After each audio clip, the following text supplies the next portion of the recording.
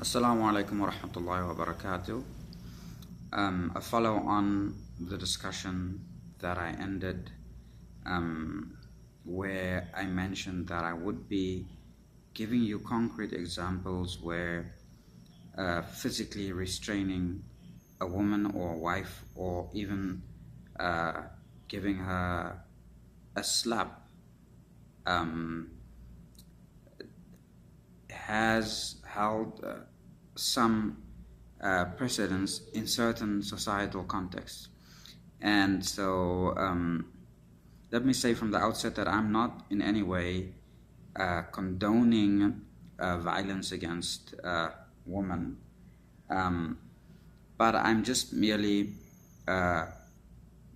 creating for you a view, or trying to paint a picture for you of a societal structure and social realities around which a religious text, in this case the Quran, could mention something like hit your wife, for example. And within the relevant context of the verse, you can go and read the verse. It's in chapter 4, called the chapter of the woman, Surah An-Nisa, verse 34, which starts with Ar-Rijalu Qawwamuna 'ala Nisa.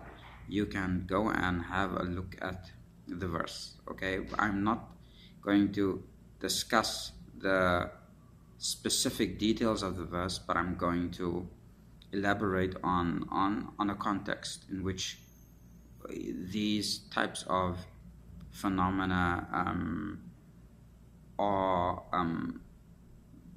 a sort of part of the social fabric in certain societies, and it's also a pragmatic solution to very, very real and serious problems. And so I'm just gonna sort of give you some sort of anecdotal input, or sort of try to paint a picture here for you, based on what actually happened historically, and might even in certain parts of the world, similar stories are still, ongoing. And that is simply that, in many societies, and especially dangerous ones, men are in general required to protect women. Okay, so again, in many societies, and for the vast majority of history, and even in the current world we live in, men are often required to protect women. There's some evidence that this is on account of biology, for example, and that it's actually innate, it's inbuilt within men to want to protect women. It's hard-coded.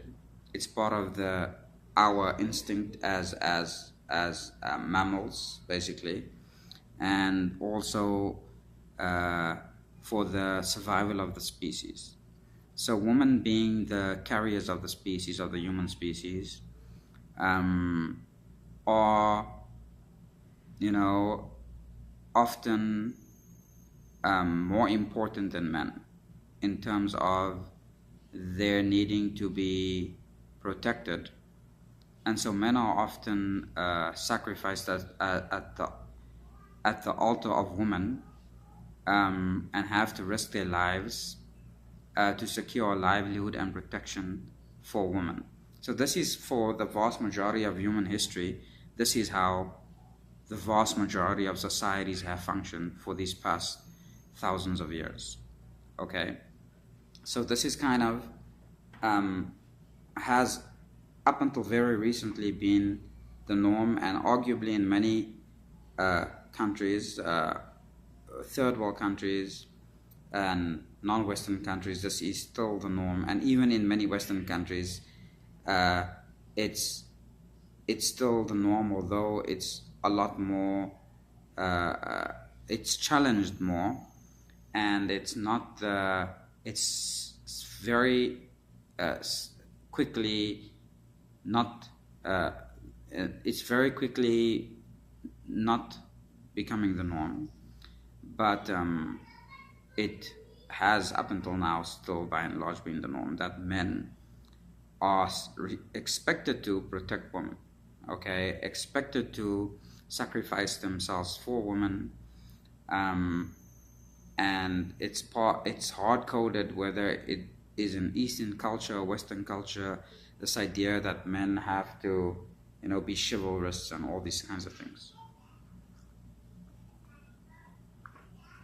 So anyway, the idea is, guys, and girls, is that you have a society, and I'm going to give you an example of a tribal society, okay, where the protection of the family unit falls on the shoulders of the man, but then the protection of those families together fall on the shoulders of the chief of the tribe, okay, the tribal leader, the head of the tribe.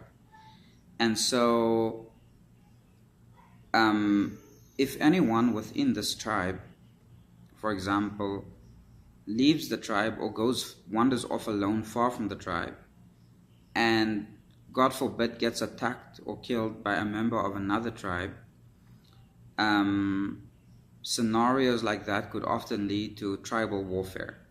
So the tribe would then demand justice from the other tribe, or the murderer to be handed over for justice. If that tribe refuses, they would go to war. And sometimes these wars would last for tens of years, 50 years, 100 years even. Sometimes they don't even know why they're fighting anymore, what originally led to the war, but something led to the war, okay? One of the most sensitive issues in this regard is when a woman of a certain tribe is violated by a man of another tribe. And so if a woman, for example, decided that she's going to wander off, and God forbid something were to happen to her, it could easily start a war. It could easily lead to the bloodshed of many people. And the tribal leader would look to the man, the husband of this woman, and he would blame him in part, because he would say, look, you are not able to control your wife. Okay, and so here we get to the crux of the matter. Okay, we are talking about a society where men are in charge of women, where women are not seen as being completely responsible for themselves and their own actions, but where their actions are an extension of the family unit, of the man, the head of the household, and of the tribe. And when we have that scenario where this whole entire tribe can be jeopardized by a woman who steps out of line, okay, it was not unheard of or unnatural in any way for this woman to be physically disciplined, in other words, to receive some sort of corporal punishment for putting the tribe and the family in jeopardy by doing something irresponsible, going off by themselves. And because the world has not been, for the most part, a safe place. And so when we look at this kind of social structure, the way the world has been for centuries, and the way the world has operated, it was not equated. Hitting a woman was not the same as abusing a woman. It was not equated to abusing a woman. But there are instances where people did not find abusing a woman, as in physically beating a woman up and seriously injuring her, as acceptable. Yet it was not completely unacceptable for a woman to get a hiding. And part of the other dimension that comes in here is that uh, women were often married to men much older than them, um, men their fathers' ages even at times. And one of the dynamics in the relationship, of course, is that there's obviously an unequal balance of power in the relationship. The man has the power because the woman is uh, of an age that she could literally be his daughter in age. And so she is almost like a child in his house, although she's his wife. And so the context was completely different. Why that happened, why much younger women married much older men, was also because of the great responsibility that men undertook when they got married to women. Women were not obligated to be responsible in any way in many societies, because our obligation and responsibility to give birth to children was considered a big enough obligation and responsibility. And a lot of women died in childbirth too. And so nobody wanted to risk harming this woman in any way by exposing her needlessly to harmful elements in nature. And so this woman became sort of carried on a pedestal, in a sense, sheltered, in a sense, but then also because of this shelteredness and this relationship to power that she had, she was also not considered fully responsible, because responsibilities get allocated based on the level of competence and the need of the society. And so the greatest responsibility, that of giving birth, was obviously the innate ability of women. It's something men can't do, and so it tended to be the focal point of what men considered women, to be or to need to do in the society, and anything else came second to that. But as a result, women also didn't have many rights, because rights and responsibilities go together. So because she was so focused on that, her rights were compromised, and she wasn't free to do as she pleases. She was subjected to the needs and the will of the men, basically, in her life.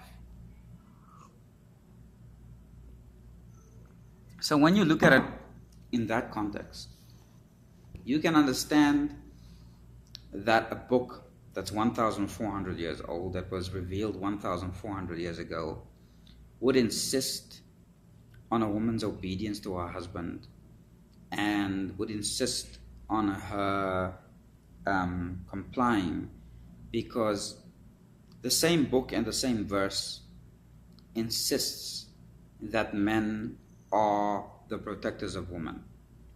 And so if men are the protectors of women and the head of the family, when the man says duck, you better duck, because if you don't duck, you'll get shot. So you got to look at it in that sense. And if his authority is violated and the woman is not going to obey him, it puts the family and the home at risk. It puts the man's life at risk also. And I'll give you a modern example, in certain parts of the world, in dangerous parts of the world, for example, and in less evolved cultures, in some of the more primitive cultures that I've seen personally, there are women that would not respect men and would not respect their husbands if those husbands would not be prepared to give them a slap. As ridiculous as it may sound to many of us, who don't belong to that type of culture, there are cultures out there that work exactly that way. And you get women that would push the husband over the edge, deliberately push him constantly, just to provoke him to the point where he would give her a slap, because she would not feel that she has the necessary regard and respect for him unless he did that. And that's just a fact. I mean, that happens, you know. There's another situation I'll give you. This is a real life situation where a woman says, look, I'm gonna walk out. She's pissed off. It's midnight. She lives in a dangerous area, and she decides, because she's pissed off, she's just gonna walk out of the house and go down the road, you know. The husband, knowing that it's a dangerous area and that she could very well be killed outside on the street, tries to restrain his wife. He tries to say, look, you can't do this because this is dangerous. Okay? Now, if she does do it and she goes out there, being the man and being protective, he will now need to go after her. And in this case, she doesn't only risk her life, she risks his life. Okay? She also risks the lives of their kids, who would be parentless if they both die. So as a result, he tries to restrain her, and in trying to restrain her, he slaps her. Right, now ask yourself the question, okay? What is better, okay?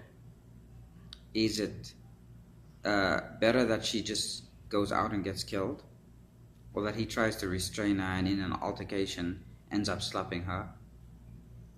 I mean, it's a serious, is it really an ethical dilemma, you know? And so the point of my story is that these ancient texts, you know, the Bible, the Quran, and so on, the claim basically upon religion and these religions, Islam, is that it's for all times. And because it's for all times and all places, it's for all different types of people. It's for the person in a certain culture and context who would never hit a woman.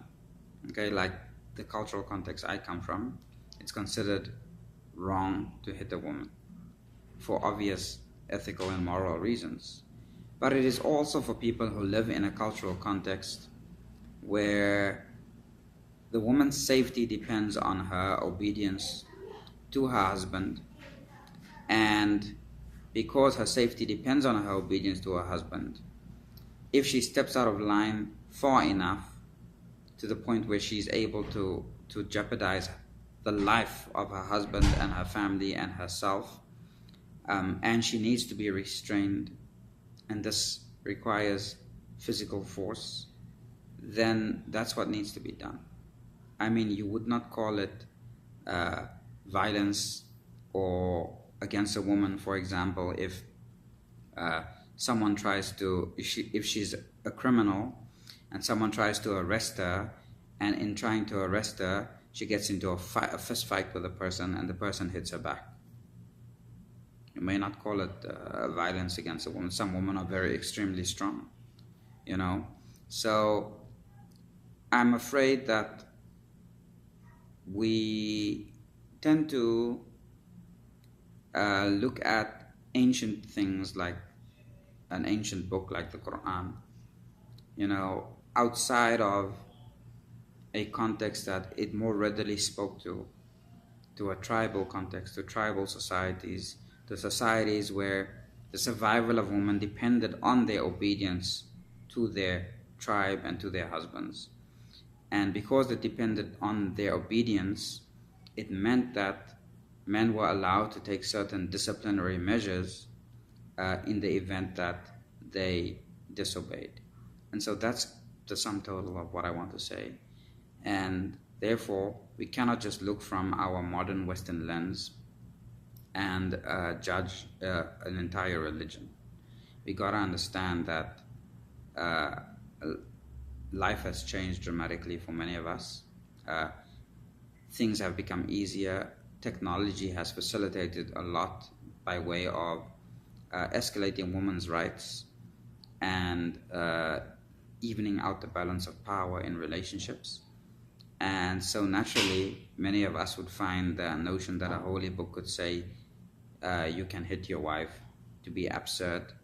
But given the context, even the context of the entire verse, one would understand that with the demands of protection of women by men, it was necessary for women to therefore obey their men. And if they stepped out of line, they could be disciplined. Thank you very much.